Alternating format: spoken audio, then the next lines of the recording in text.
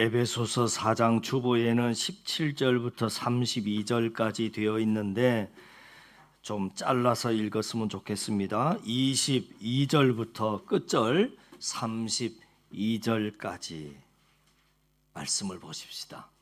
22절부터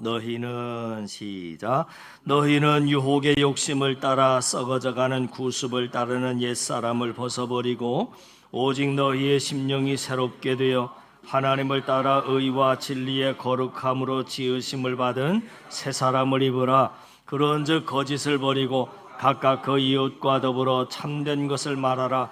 이는 우리가 서로 지체가 됨이라.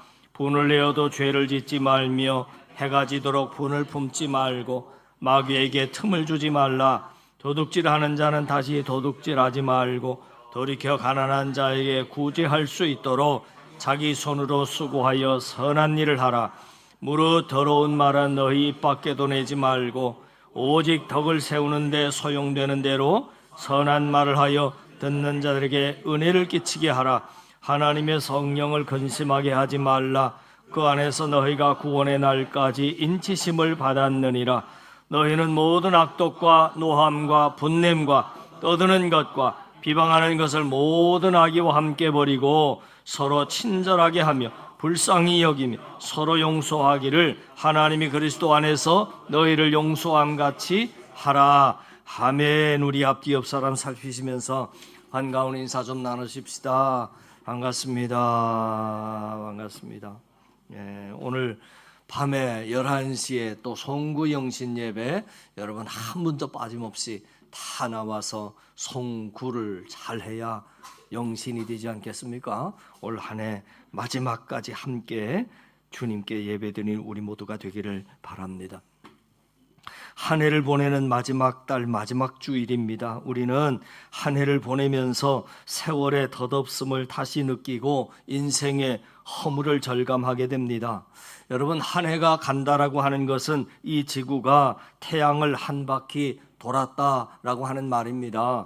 전도자가 이르되 헛되고 헛되며 헛되고 헛되니 모든 것이 헛되다. 사람이 해 아래서 수고하는 모든 수고가 자기에게 무엇이 유익한가? 내가 해 아래에서 행하는 모든 일을 보았노라. 보라, 모두 다 헛되어 바람을 잡으려는 것이로다. 성경은 기록합니다. 즉 솔로몬은 인생의 허물을 느끼면서 후대 사람들에게 내가 전도자의 입장에서 이런 말을 전하니 잘 들어주십시오 하면서 유언적인 권면을 하고 있는 것입니다. 이 전도서는 잠언서와는 조금 다르지요. 전도서는 자기가 하늘의 지혜를 얻고 깨달은 바를 말하고 있다고 한다면, 전도서는 자기 자신의 인생 체험을 기록하고 있는 것입니다. 그러니까 솔로몬의 권면이나 시간 계산을 통해서가 아니더라도 우리는 이 세월은 진정 화살처럼 빠르게 지나가는구나 하는 것을 알 수 있습니다. 우리에게는 많은 시간이 주어지지 않았습니다. 짧게 주어진 이 시간을 여러분은 어떻게 살아 계시겠습니까? 어떻게 살아오셨습니까? 이렇게 빠르게 흘러가는 세월 속에 참으로 가치 있는 생활을 하려면 어떻게 또한 우리가 살아가야 하겠습니까? 잠깐 올해의 시작을 생각해 보십시다. 올해의 계획은 무엇이었습니까?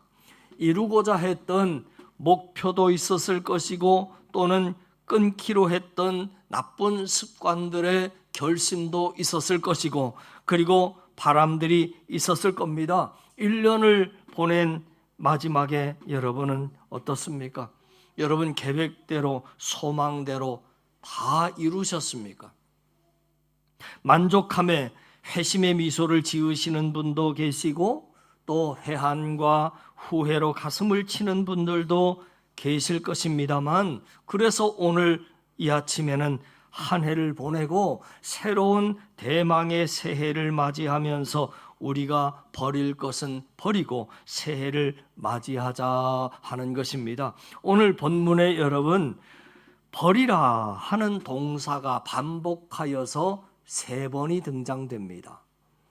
22절에도 나오고 25절에도 나오고 31절에도 나옵니다. 순서대로 여러분 버리라 하는 말씀을 좀 살펴보자면 첫 번째로 22절, 3절, 4절을 여러분 같이 보시죠. 너희는 시작. 너희는 유혹의 욕심을 따라 썩어져가는 구습을 따르는 옛사람을 버리고 오직 너희의 심령이 새롭게 되어 하나님을 따라 의와 진리의 거룩함으로 지으심을 받은 새 사람을 입으라 그랬습니다. 옛사람은 썩어져가는 구습을 쫓는 성질이 있습니다.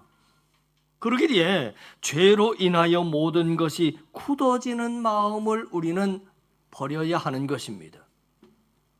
그들 가운데 있는 무지함과 그들의 마음이 굳어짐으로 말미암아 하나님의 생명에서 떠나 있도다라고 오늘 18절에서 사도 바울은 말하고 있는 겁니다.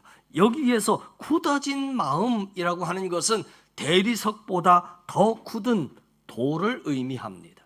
돌 같은 마음, 의학적인 용어로 사용할 때 이 굳은 돌은 관절 속에 생겨서 그 동작을 마비시키는 그런 결정체를 의미하는 말입니다.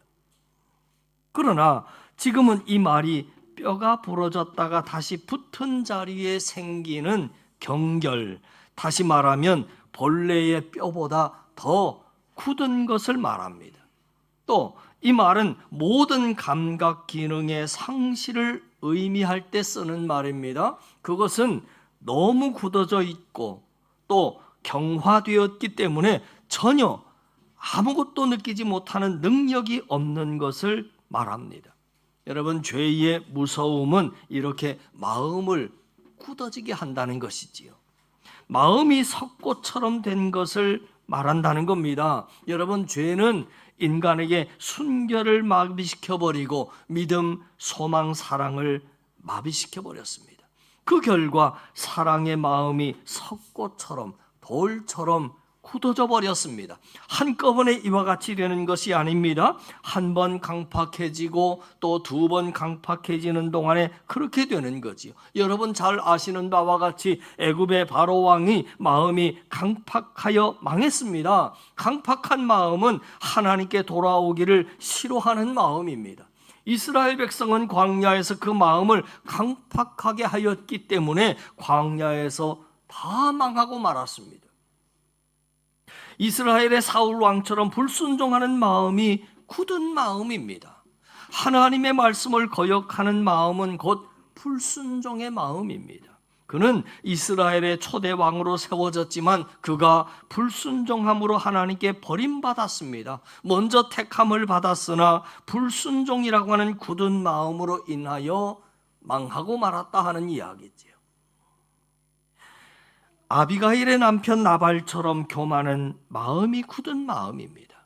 이스라엘이 교만할 때 아수르에 망하였고 유다가 범죄할 때 바벨론에게 멸망받았지 않습니까? 여러분, 하나님은 교만한 자를 물리치시고 겸손한 자에게 은혜를 주십니다. 예나 오늘이나 교만한 사람은 하나님이 버리셨습니다. 그러므로 굳은 마음을 우리는 버려라. 오늘 성경은 우리에게 말해주고 있는 겁니다. 두 번째로는 부끄러움을 모르는 방탕을 버려야 합니다. 오늘 본문의 19절은 이렇게 말씀합니다. 그들이 감각 없는 자가 되어 자신을 방탕에 방임하여 모든 더러운 것을 욕심으로 행하되 하고 말씀하고 있습니다. 여러분, 여기서 말하는 방탕이라고 하는 말의 참뜻은 자기의 마음속에 있는 모든 죄악을 서슴지 않고 밖으로 행동하는 것이고 체면도 염치도 아예 생각하지 않는 마음입니다. 마약을 몰래 복용하다가 어쩔 수 없이 매이게 되고 마침내 마약의 종이 되는 마약 상습자와 같은 거지요. 셋째로 19절 하반절에 보면 욕심으로 행하는 것을 버리라 말씀합니다. 더러운 것을 욕심으로 행하되, 욕심을 헬라인들은 교만한 탐욕이라고 정의합니다. 그리고 저주받은 소유욕이라고 말합니다. 다른 사람에게 속한 것을 가지기 원하는 불법적인 욕망 덩어리라고 말합니다. 이것은 자기 욕망을 위해서 자기 이웃 사람을 언제나 희생시킬 수 있는 그런 마음을 이야기하는 거죠. 이것은 자신이 가질 수 없는 것을 가지려고 하는 억제할 수 없는 욕망을 말합니다. 그 결과 물질을 도둑질하게 되고 개인을 죽이게 하고 사회와 국가를 불안하게 합니다. 때문에 성경은 욕심이 잉태한즉 죄를 낳고 죄가 장성한즉 사망을 낳느니라 그랬습니다.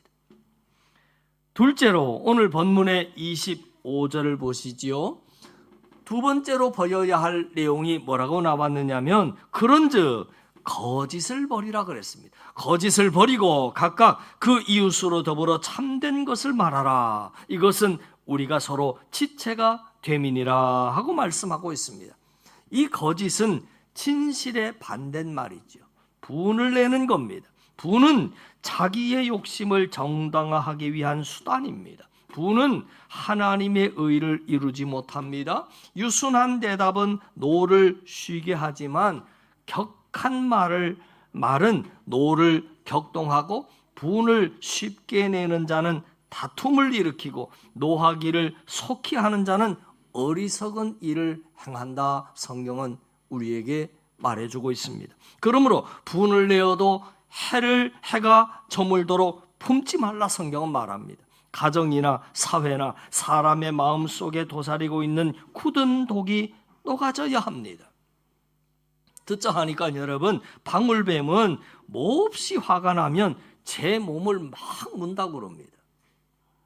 화를 내는 것이 상대방에게 상처를 주는 것 같지만 사실은 그렇게 방울뱀처럼 자기 자신에게 더 많은 상처를 입히는 것입니다. 우리 사람도 성인할 때는 피가 독소를 내놓고 생리적인 변화를 일으켜서 신체의 조직과 기관에 좋지 않은 병적인 영향을 끼친다 하지 않습니까? 그래서 화가 몹시 났을 때는 밥을 먹다가도 잠시 숟가락 내려놓는 게 참 좋습니다. 몹시 화가 난 상태에서 그냥 화난다고 계속 밥만 드시다가는 큰일 나요. 풀어야 돼요. 그래서 화는 각종 병의 원인이 됩니다. 호흡기 장애도 오랜 분노가 원인인 경우가 참 많다고 하지 않습니까? 대체로 화를 잘 내는 사람은 이해하려고 하는 노력을 덜 합니다.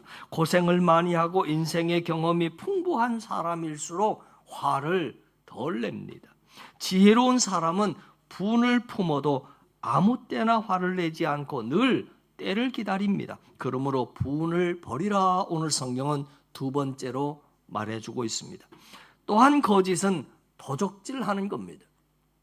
도적질은 부를 취하는 영리적인 방법입니다. 거짓에는 고의적인 것과 무의식적인 것이 있지요. 악에는 말할 것도 없고 행한다고 하는 선에도 거짓이 함께합니다. 여러분, 대부분 우리들의 세밀한 이야기 속에는 보태는 거짓이 있지요. 침묵 속에도 거짓이 있습니다. 이 침묵은 마땅히 말을 해야 할 때도 침묵을 지킴으로 말미암아 그 양심의 소리를 억누르고 자기의 입장을 고수하는 행동입니다. 이렇게 사람은 말을 함에도 거짓이 있고 말을 하지 않는 침묵 중에도 거짓이 숨어 있습니다. 때문에 사도 바울은 진실은 침묵할 수 없다라고 하면서 참된 것만을 말하라 하고 오늘 성경에 가르쳐주고 있는 것입니다. 그 이유는 우리가 서로 지체가 되기 때문입니다. 그래서 사도 바울은 무릇 더러운 말은 입 밖에도 내지 말라, 또 망령되고 헛된 말을 버리라 하고 계속해서 성경에 기록하고 있는 것입니다.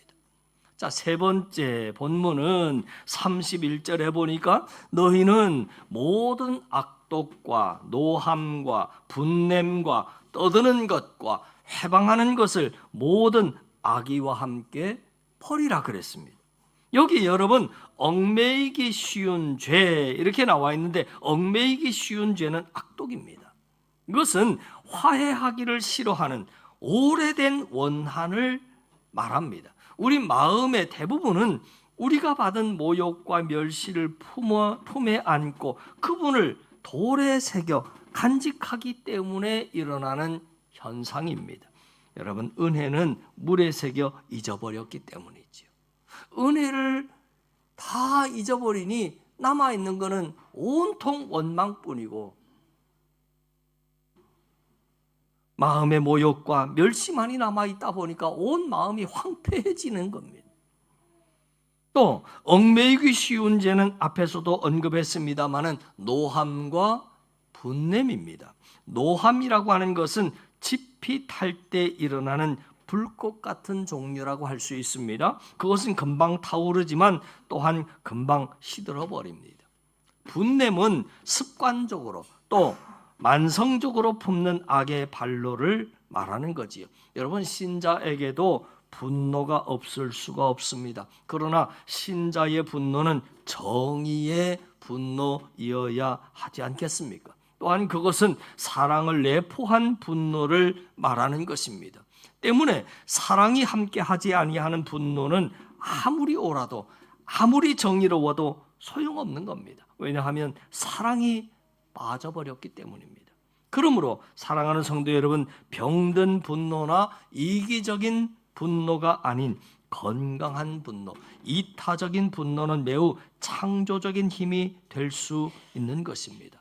의로운 분노는 긍정적인 힘이 될 수 있습니다. 하지만 이 의분조차도 오래 지속될 때에는 마귀의 쿠실이 될 수도 있다는 사실을 기억해야 합니다. 따라서 버릴 때는 버려야 한다는 거죠. 그리고 떠드는 것과 회방하는 거죠. 떠든다라고 하는 것은 적의에 찬 격정을 말합니다.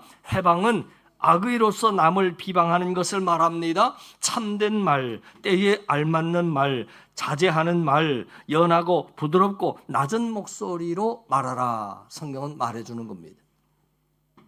새 옷을 입기 원하는 자는 헌 옷을 버려야 합니다. 새 집에 살고자 하는 자는 헌 집을 버려야 합니다. 새 주인을 섬기려는 자는 옛 주인을 버려야 합니다. 몹쓸 것을 버립시다. 잘못된 것, 이지러진 것, 옳지 않은 것, 이 모든 것을 미련 없이 버리는 저와 여러분 되기를 바랍니다. 몹쓸 것을 집에 그냥 두면 그 집은 온통 오물구덩이가 되어 악취가 나게 되어 있습니다. 돈을 들여서라도 오물을 버려야 하지 않겠습니까? 이스라엘 백성은 가나안을 얻기 위해서 애굽을 버려야만 했습니다. 우리는 성령을 따르기 위해서 육을 버려야 합니다. 하나를 버려야 또 하나를 얻습니다. 여러분, 야곱은 이방 신상을 버리고 베델을 얻었습니다. 버리는 연습을 잘해야 좋은 것을 얻는 겁니다. 그것은 곧 요즘 말로 내려놓기 아니겠습니까? 내려놓기를 잘할 때 우리는 참 평안과 기쁨을 누릴 수 있고 그 위에 다시 채워주시는 하나님의 은혜를 경험할 수 있는 것입니다. 이제 올해에 잘못된 옛사람을 버리고 가자. 거짓을 버리고 가십시다. 모든 얽매이기 쉬운 죄를 버리고 가십시다. 올해를 역사의 뒤편으로 보내면서 새해를 새롭게 맞이하는 이 시점에서 우리는 버릴 것은 버리고 새롭게 시작해야 하지 않겠습니까? 허망한 행동을 삼가하고 예수 그리스도를 본받아 행하여야 하지 않겠습니까? 어두움 가운데 행하지 말고 오직 예수 그리스도의 가르침에 따라 행하여야 하지 않겠습니까?